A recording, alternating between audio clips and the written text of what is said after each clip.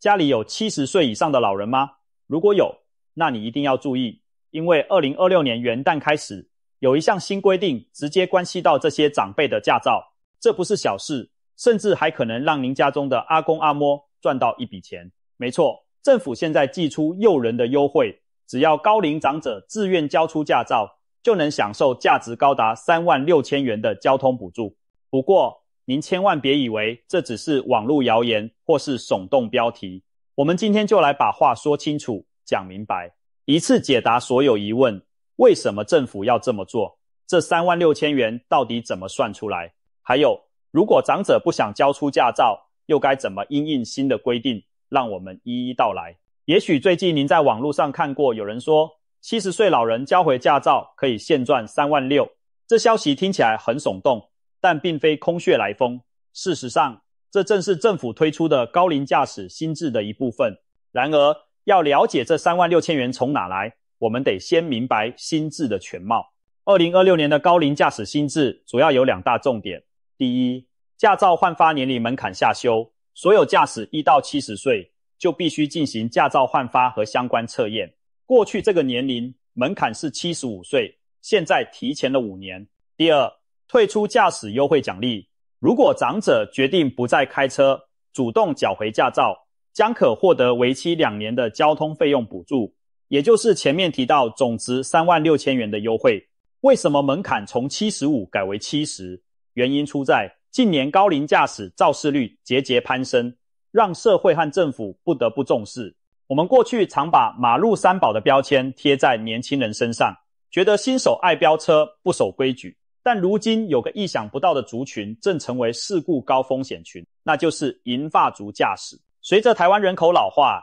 长者开车上路已越来越普遍，但高龄带来的视力、听力、反应力等变化也埋下不少安全隐忧。翻开交通事故统计，数字相当惊人。2024年全年，以高龄驾驶为第一当事人的道路事故将近6万件，约占全事故的 15%， 是5年来的新高纪录。而就每名驾驶肇事的概率而言，70岁以上驾驶人的肇事率已经是各年龄层中最高的，甚至超过好动的年轻族群。这些数据告诉我们，随着越来越多人人生70照样开车，一些潜在危机也在快速累积。现实生活中，我们也不乏听闻长者驾驶酿祸的新闻。有的老先生在市场外误把油门当刹车，一脚踩下去，车子猛冲上人行道，造成无辜路人伤亡。有的老太太开车转弯时因反应不及，撞上机车骑士。这类事件往往引发社会热议，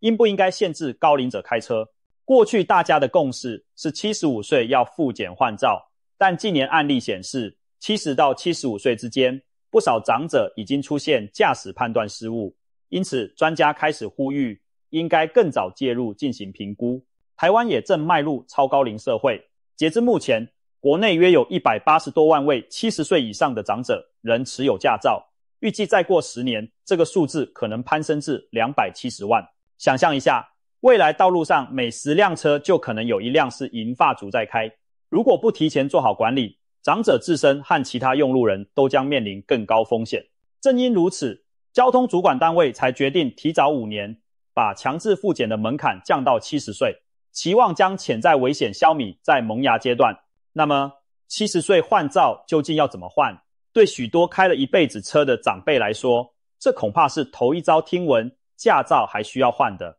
其实一般人的驾照过去是终身有效，但高龄驾驶是特例，75岁起本就规定每3年换发一次驾照，如今这道关卡提前到70岁，意味着长者在年满70时必须重新确认一次驾驶资格。根据新制规定，长辈会在70岁生日当年接到监理单位的通知，请他们在一定期限内完成换照程序。首先要做的是体格检查，长辈得前往合格医院检查视力、辨识力、听力以及四肢活动能力等。如果平时有佩戴眼镜或助听器，记得要带着去检查，否则测不好可会影响结果。医生会评估您是否在身体机能上还适合开车。接下来是认知功能测验，别害怕，这不是考笔试题目，而是透过简单的小测验来确认您的头脑是否依然灵光。例如，考官可能会请您回答今天的日期和星期几，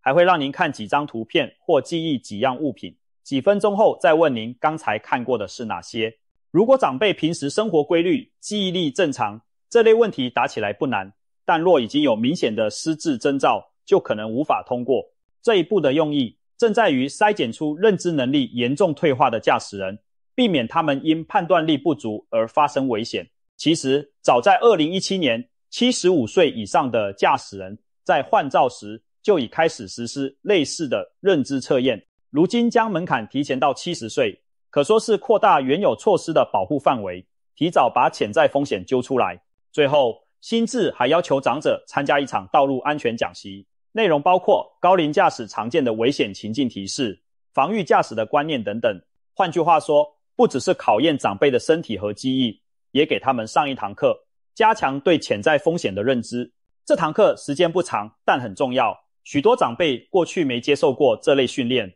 透过讲习可以学到一些补救方法，比如反应变慢时开车要保持更大安全距离，转弯前多停看几秒等等。值得一提的是，参与体检与讲习其实不会花费太多金钱或时间，体检可能需要负担几百元的检查费，安全讲习通常免费，换照的行政规费也很低廉，和安全驾驶的重要性相比，这点投入可谓微不足道。千万不要因为怕麻烦或省钱就不去换照。当长辈顺利通过以上体检、测验和讲习，就能拿到新驾照，继续开车上路。这张重新核发的驾照有效期一直到他75岁生日，等75岁时还会再进行下一轮的换照考核，之后则维持每3年换照一次，如此循环。值得一提的是，对于新制上路前就已经70多岁的驾驶人，政府也设想了缓冲期。如果您的长辈现在已经超过70但未满75岁，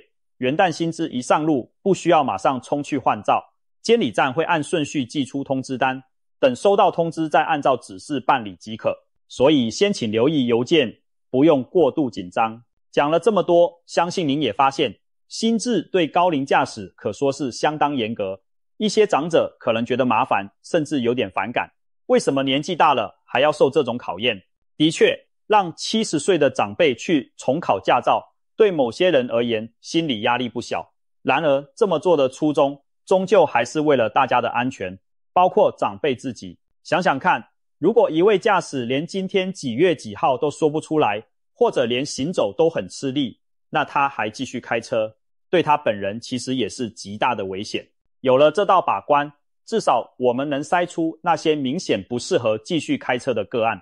当然，也有许多长辈状态很好，不见得1到70岁就不行了。这些长者通过测验应该不成问题，也就能照常安心开车。所以新制并非一刀切地禁止高龄者开车，而是提供一个机制来辨别能不能开。真正技术好、身体好的长辈自然可以继续驾驶，而勉强不来的就该适可而止。这对长辈和整体交通环境都是好事。交通部也强调，新制的目的在于关怀高龄驾驶的安全，而非限制长辈的行动自由。强制考核是为了确认驾驶能力，补助优惠则是为了照顾长辈的出行需求。出发点都是希望长辈开得安心，停得放心，请大家多多理解。其实也有一些开明的长者对此持正面态度，他们认为接受检验是对自己和他人负责，甚至达观地表示，我如果开得好，就考给你们看，要是考不上，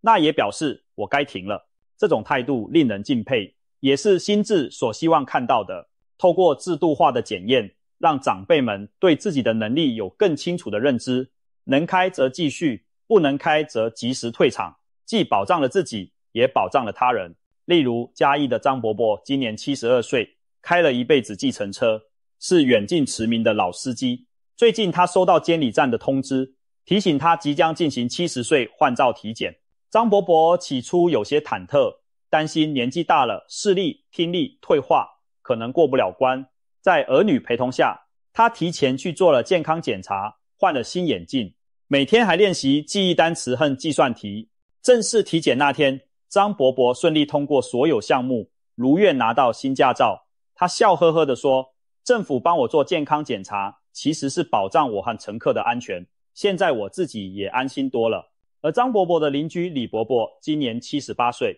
，2年前虽然勉强通过换照，但近来开车常常忘东忘西，家人对他的安全很担心。新制公布后，李伯伯主动决定不再开车，把驾照缴回并领取了补助。他现在改搭公车和计程车出门，闲暇时还和街坊邻居相约参加社区活动，生活并没有因此不便。2位长辈不同的选择，都因为这项政策而得到了最适合自己的安排。反过来说，如果长辈到了该换照或缴照的年纪，却无视规定继续开车上路，那就要特别小心触法的风险。依照道路交通管理相关规定，持过期失效的驾照上路，会被处以1800元到3600元的罚款。警方拦检发现，驾照过期，除了开罚单，还会不允许长辈继续驾驶，车子得由家人或其他有驾照的人来代驾开走。如果监理单位发出了换照或缴回的通知，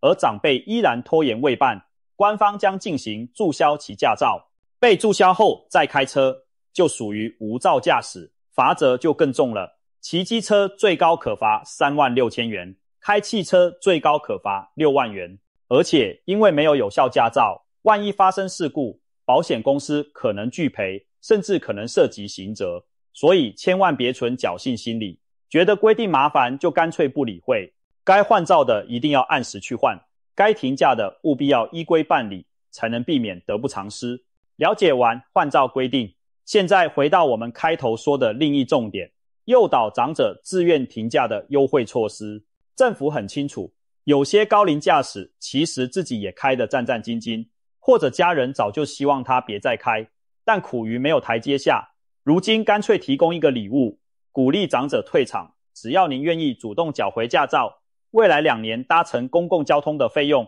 政府帮您出一半。缴回驾照的手续很简单，长辈只需携带驾照和身份证到监理站填写申请表，很快就能完成注销登记，没有额外费用。驾照注销完成后，补助优惠会从次日开始计算2年的期限。这项补助的内容大致是这样：长者在办理完驾照注销后，可以申请加入 T-Pass 公共运输常客优惠方案。之后，长辈每次刷敬老卡搭乘大众运输工具，都能享有5折优惠，也就是票价对折，每个月最高补助1500元，补助为期2年，把24个月算满，就是最多36000元的回馈金入袋。注意，这不是直接给现金，而是以搭乘补助的形式慢慢省下来。但对常出门的长辈来说，未来2年搭公车捷运等于免费或半价，相当划算。补助涵盖的范围很广，您能想到的交通工具几乎都算在内，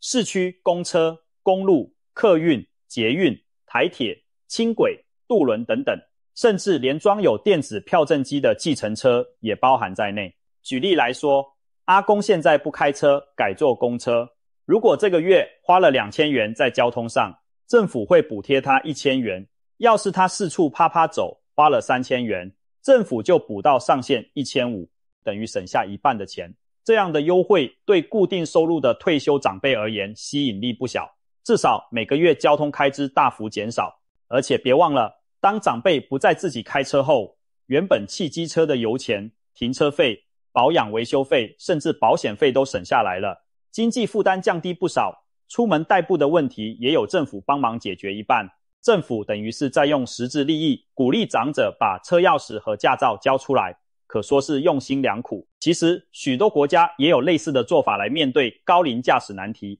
比如日本不但规定75岁以上换照要做认知测验，还积极透过各种优惠鼓励长者自愿缴回驾照，提供计程车、巴士乘车折扣，甚至发放餐厅优惠券，减轻长者停驾后的生活不便。美国部分州则要求高龄驾驶定期提交体检证明或重新接受路考。英国是在70岁之后将驾照有效期改为3年，必须自行申报健康状况才能继续驾驶。各国方法虽异，但目标相同，要在尊重长辈尊严和维护公共安全之间取得平衡。我国此次的新措施结合了强制检核与福利诱因2种手段，可说是相当全面而周到的做法。领取补助其实也不复杂，长辈正常刷卡搭车即可自动累计资料，到了次月25日开始，便可凭各县市政府核发的敬老卡或社福卡到附近的便利商店，由店员协助领取上个月的回馈金，等于每个月月底去超商走一趟，就能把政府补贴的钱领回来，操作上还算便利。如果家中长辈不熟悉怎么使用电子票证或领取补助，家人可以多花点时间教他们适应，相信很快就能掌握。甚至有些地方政府还推出额外的小奖励，例如在台中、彰化、南投等县市，针对75岁以上到监理站办理自愿注销驾照的长者，还会贴心赠送保暖袜子或者超商100元礼券等小礼物，算是额外的心意。礼物虽然不大，但也看得出社会各界对高龄驾驶退场的欢迎与支持。讲到这里，许多朋友可能开始盘算，要不要赶紧劝家里长辈把驾照缴一缴，拿这笔好康呢？确实，如果长者本来就很少开车，或者自己也觉得开不动了，趁此机会把驾照交出去，换取2年的搭车优惠，的确是聪明又划算的选择。不过，我们还是得尊重每位长辈的意愿。有些人70多岁，仍觉得开车是生活重心，一下子要他放弃，恐怕不容易。我们能做的是帮他们了解新规定，告诉他们如果要继续开，必须通过哪些检查考验，如果不想开了，有什么福利可以拿，让长者自己权衡利弊，做出最适合自己的决定。至少我们不能让他们因为不了解政策而吃亏，错失申请补助或按时换照的时机。值得提醒的是，如果长者选择继续开车去参加换照考核，家人不妨事先协助他们准备，比如提前带长辈去做一次全身健康检查，确认血压、视力、听力都在可控范围，陪他们练习一下可能遇到的认知测验题目，比如报年月日时、画时钟、记单词等等，增加长辈的信心。